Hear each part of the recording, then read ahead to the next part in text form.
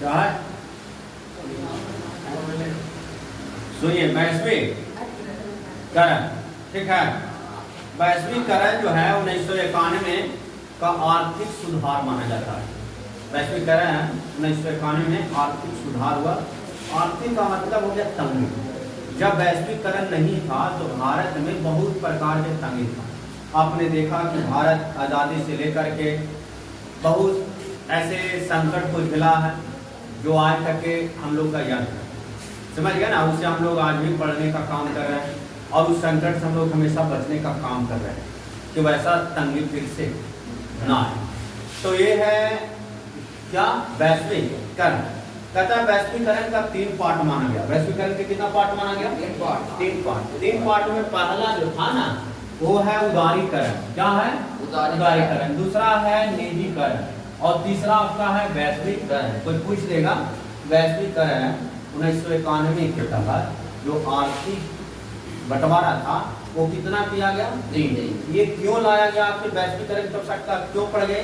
तो जो हम लोग के आर्थिक विकास की स्थितियां खराब थी ना, उससे अच्छा करने के लिए, क्या करने के लिए?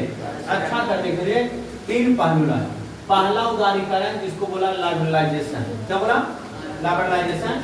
तीसरा बोला प्राइवेटाइजेशन और दूसरा बोला प्राइवेटाइजेशन और तीसरा बोला ग्लोबलाइजेशन। क्या बोला? ग्लोबलाइजेशन। पहला लिबरलाइजेशन, दूसरा प्राइवेटाइजेशन, तीसरा ग्लोबलाइजेशन। कोई पूछेगा आर्थिक तंगी के किसने विकास में काम? 3। पहला उदारीकरण, निजीकरण, वैश्वीकरण। क्या? उदारे, वैश्वी और निजी। क्या? अब सुनो, सन 1991 का आर्थिक सुधार।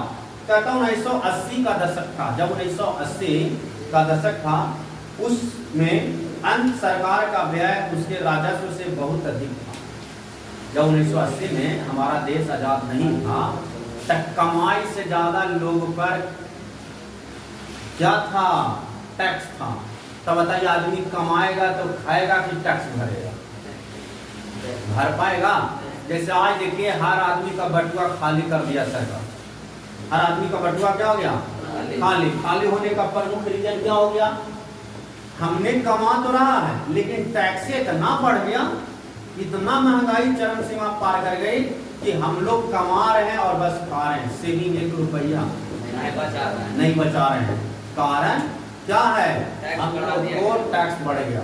वही प्रकार के दौर था 1980 में। क्या?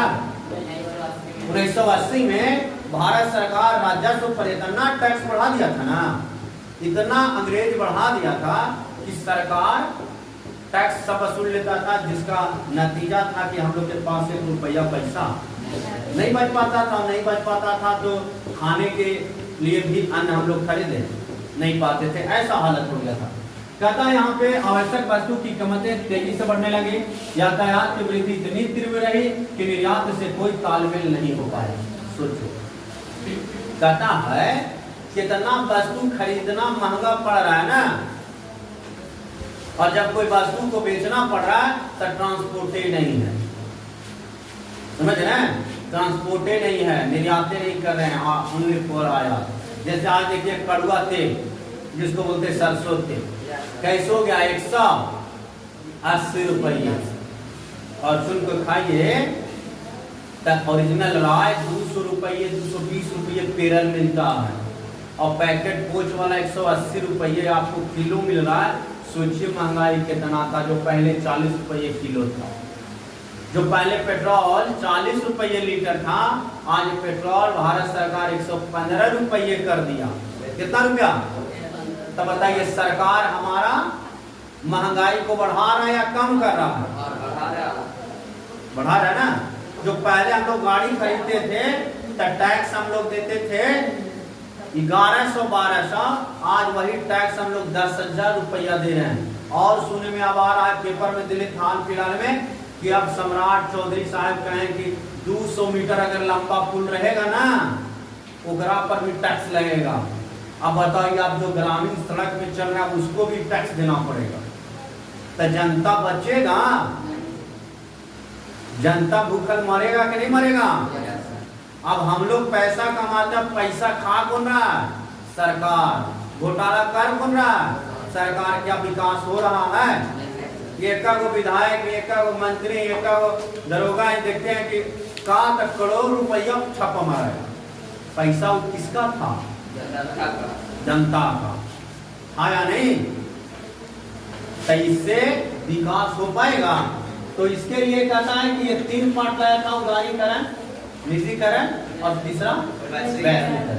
कहता है कि आधे आवश्यक वस्तु का आयात के लिए सामान्य से रखा गया विदेशी मुद्रा सुरक्षित भंडार 15 दिनों के लिए आवश्यक आयात का भुगतान करने योग्य भी नहीं बचा था। सोचो हमारे यहाँ से विदेशी मुद्रा पूरी तरह से खाली, और जिस देश में अगर क्या हो जाए, दूसरे जगह की सुनो है, दूसरे जगह के अगर मुद्रा खत्म हो जाए, सोना खत्म हो जाए, क्या हो जाए?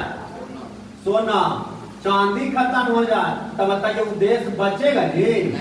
वो देश में तंगी आ जाएगा। अभी भारत सरकार कहे थे ना प्रधानमंत्री आकर के कि अभी साल भर कोई सोना चांदी नहीं खरीदे।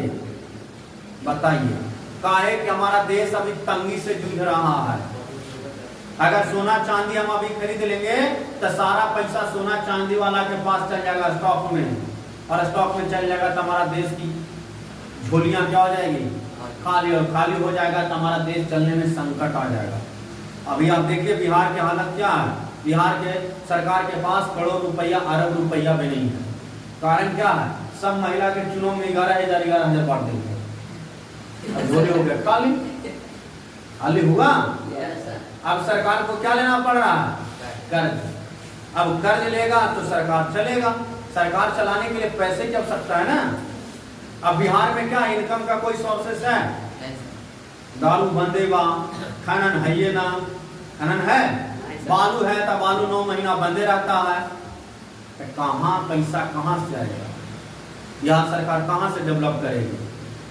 कर पाएगी? तो ये तंगी था हमारे यहाँ सुरक्षित। 1980 में जो रुपया था वो रुपया सुरक्षित नहीं रह पाया। सोचिए अब जब नहीं रहेगा, बैंक के लॉकर में अगर सोना नहीं रहेगा, चांदी नहीं रहेगा, डायमंड नहीं रहेगा, तो देश चलेगा? चल पाएगा? और ये हालत हो गई थी कब? 1980 में। जो हालत अभी हुआ 1980 वाला का 2026 में, कि भारत के प्रधानमंत्री को आकर के अपने जनता से अपील करना पड़ेगा कि साल भर सोना को ना खरीदे। अभी शादी विवाह हो रहा है, अब बताइए बिना सोना खरीदे शादी विवाह होता है? जेकर मड़वा में जाएगा सोना लेके नहीं जाएगा, वो मार झाड़ू को फुला देगा कि नहीं फुला देगा? वहाँ मोदी जी आवेंगे बचावे? सोना कितना महंगा हो गया। जब भारत सरकार, जब भारत बीजेपी जब आई तो कही कि हम सब कुछ सस्ता कर देंगे। सस्ता हुआ? महंगा हो गया।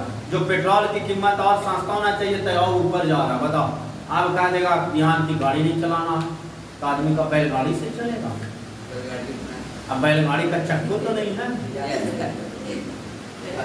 अब चलेगा क्या से? बताइए तंगी तो आप ला दिए, चल पाएगा?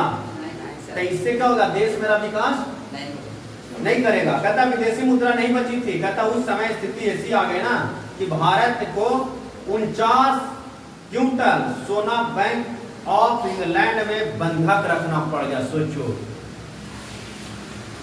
1980 में भारत को चलाने के लिए कितना सोना रखना पड़ा? 49 क्विंटल। कितना क्विंटल?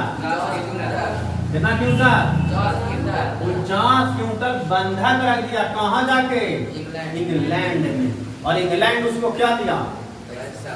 पैसा दिया। तब भारत सरकार के चला, है तब भारत क्या होता? चलता?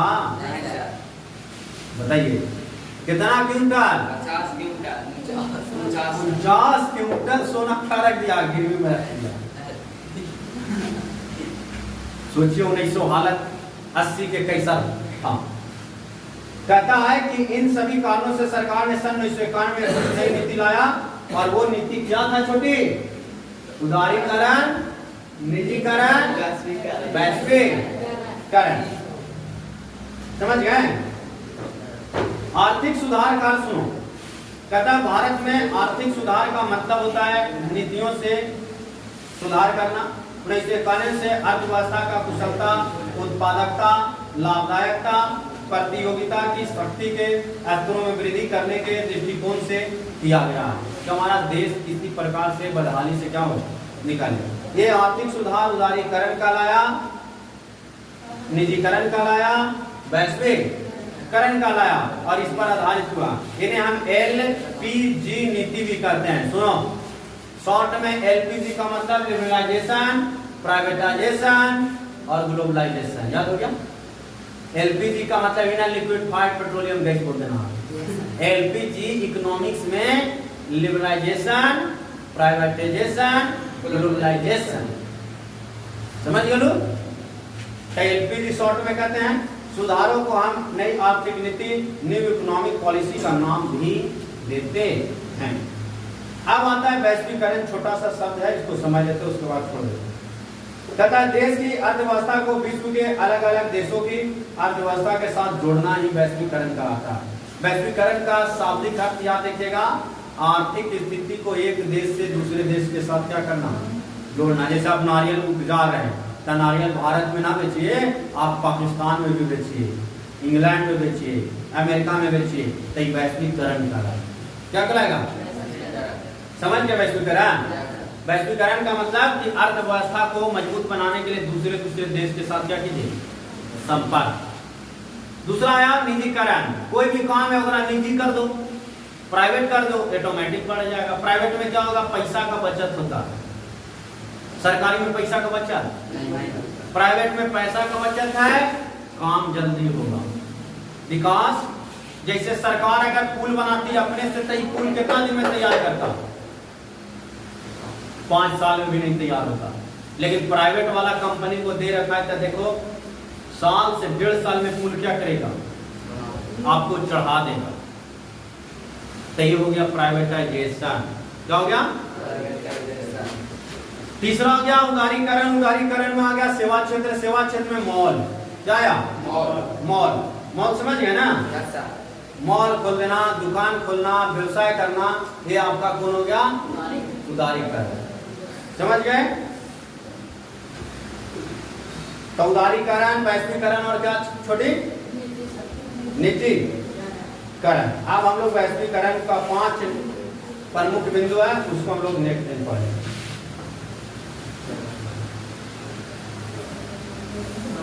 ये देखिए नाग बाबा है, दर्शन कर लो।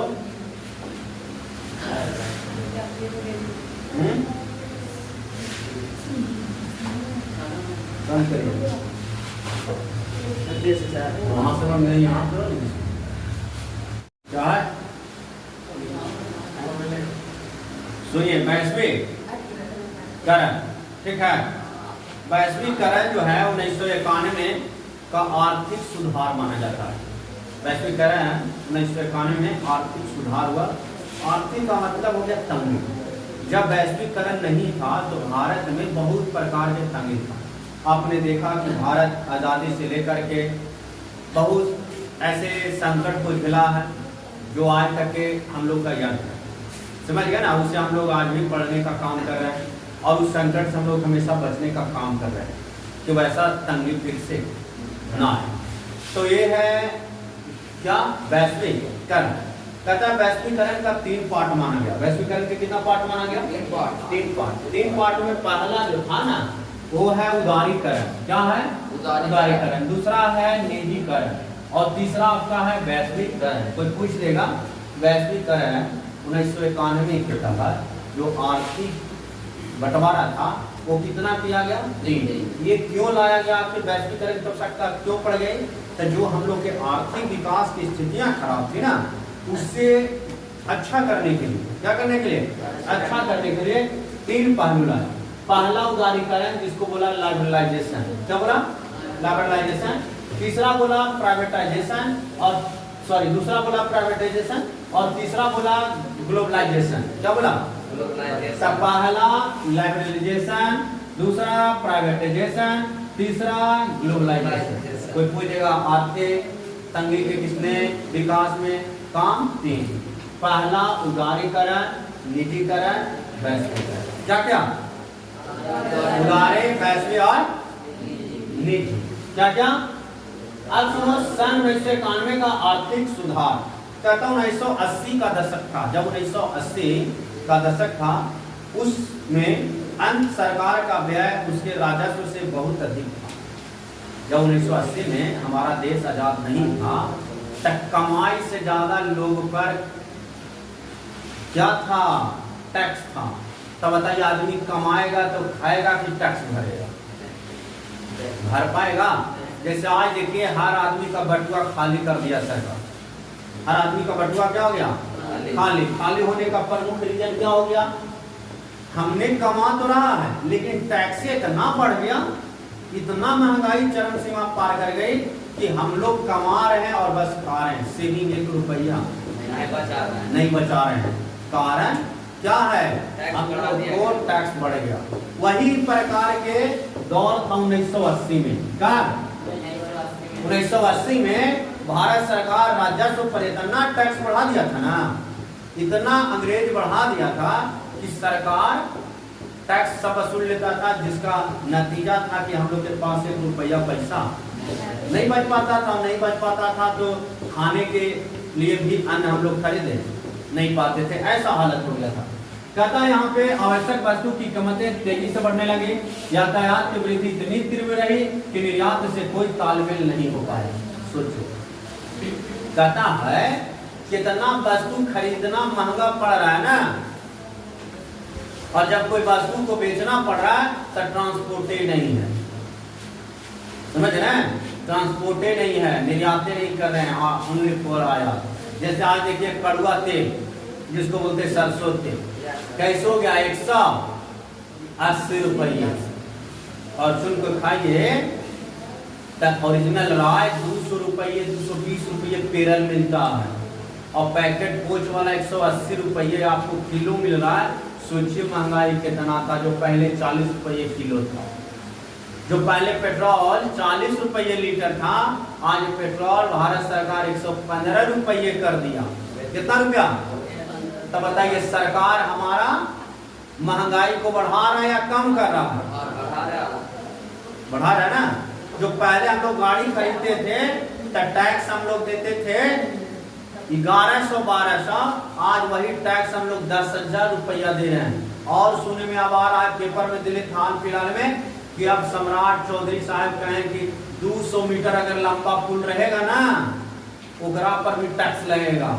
अब बताइए, आप जो ग्रामीण सड़क में चल रहा है उसको भी टैक्स देना पड़ेगा, तो जनता बचेगा?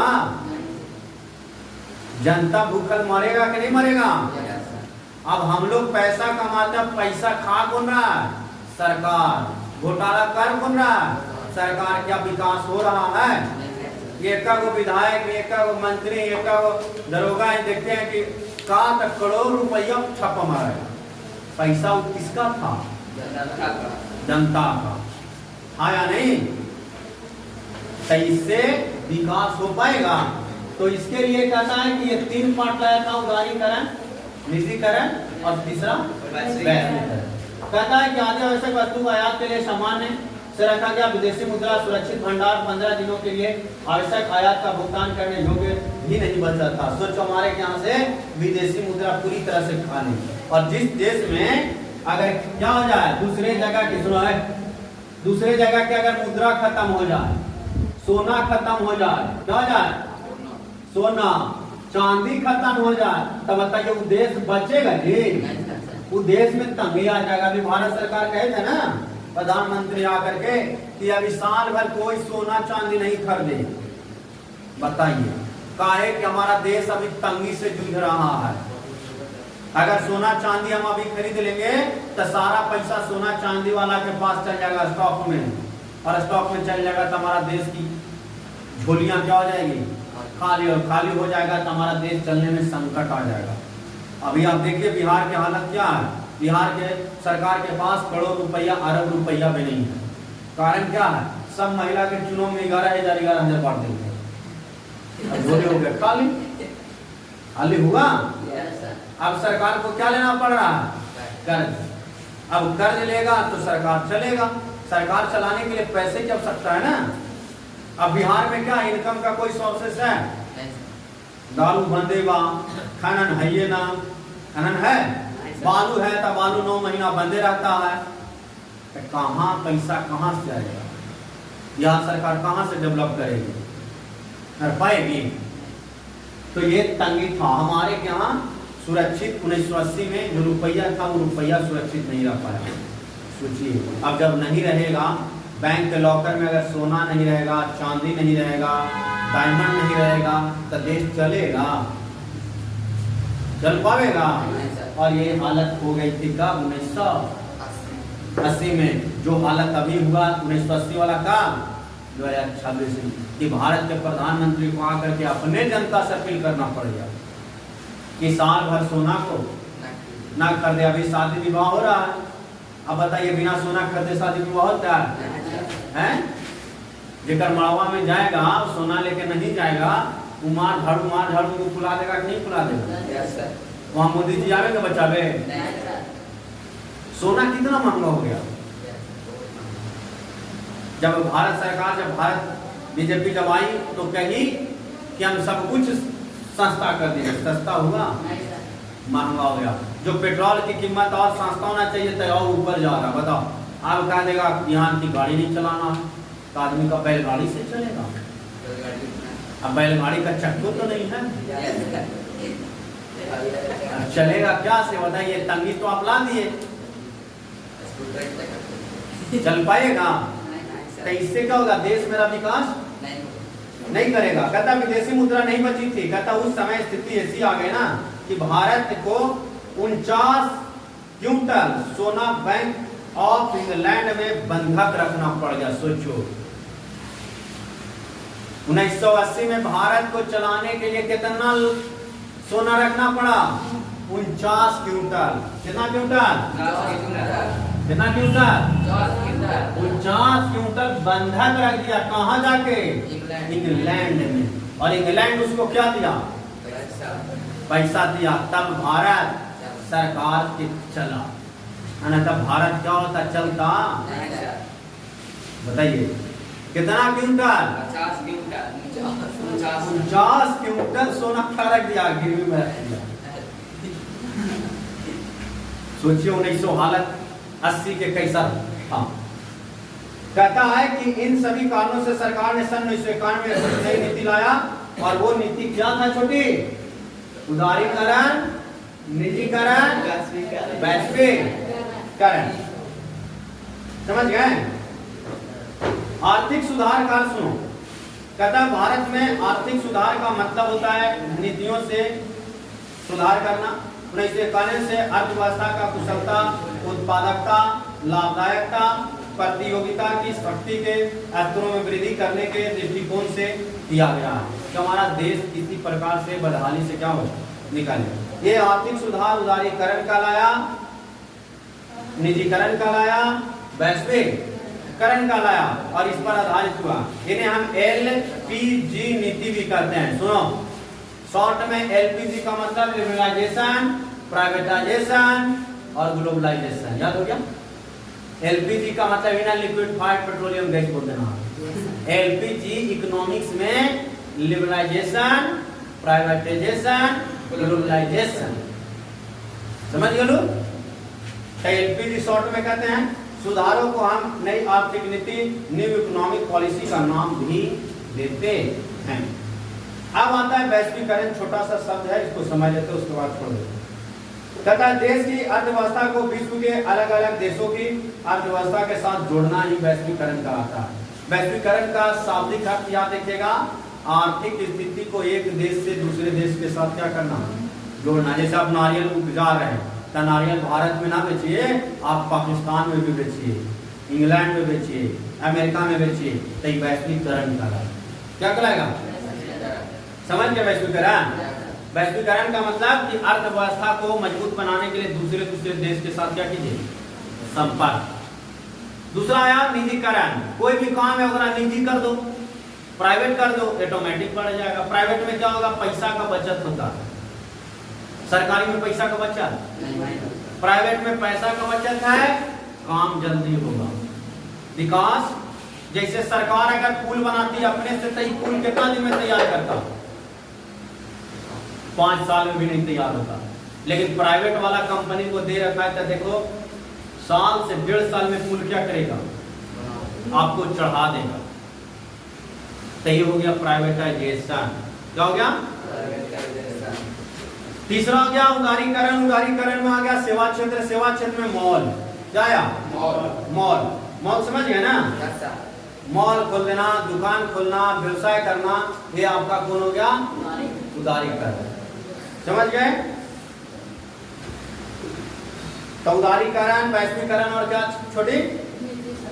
निजीकरण। अब हम लोग वैश्वीकरण का 5 प्रमुख बिंदु है, उसको हम लोग नेक्स्ट दिन पढ़ेंगे।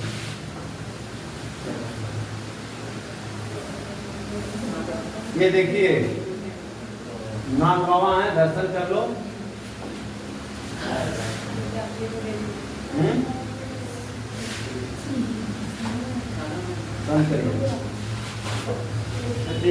वहाँ से हम नहीं यहाँ